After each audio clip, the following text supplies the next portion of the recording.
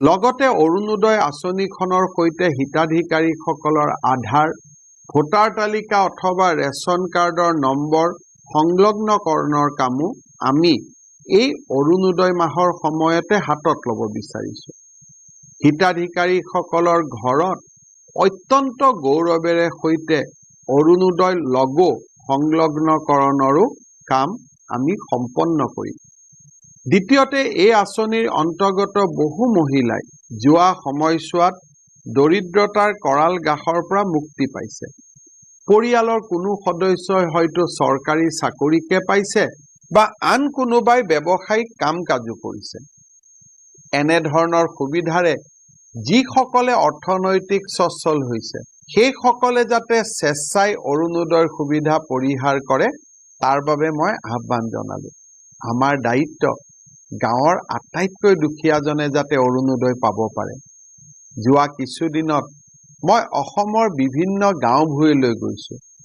কিছু দুখীয়া লোকে অৰুণোদয়ৰ আঁচনি পোৱা নাই। তাৰ বিপৰীতে আৰ্থিকভাৱে সচ্ছলজনৰ হাতত অৰুণোদয় আছে বা তেওঁলোকে অৰুণোদয় আঁচনিৰ সুবিধা ভোগ কৰি আছে।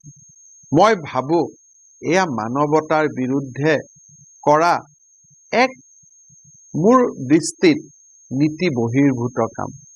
মই হিতাধিকাৰীসকলক আহ্বান জনাম, আপোনালোকে অনলাইন বা অফলাইন পদ্ধতিৰে আবেদন কৰি যদি আপোনালোকে ইতিমধ্যে কাৰোবাৰ ঘৰত চৰকাৰী চাকৰি পাইছে বা আগতকৈ আৰ্থিক সচ্ছল হৈছে, আপোনালোকে অৰুণোদয়ৰ পৰা নিজৰ নাম কৰ্তন কৰিব পাৰিব। অনলাইন আবেদন কৰিব পাৰিব arunodoi.in আৰু অৰুণোদয় বেংক একাউণ্ট নম্বৰ অন্তৰ্ভুক্ত কৰিলে OTP প্ৰমাণীকৰণৰ দ্বাৰা তেওঁৰ নাম আমি অৰুণোদয় আঁচনিৰ পৰা কৰ্তন কৰিব পাৰিম।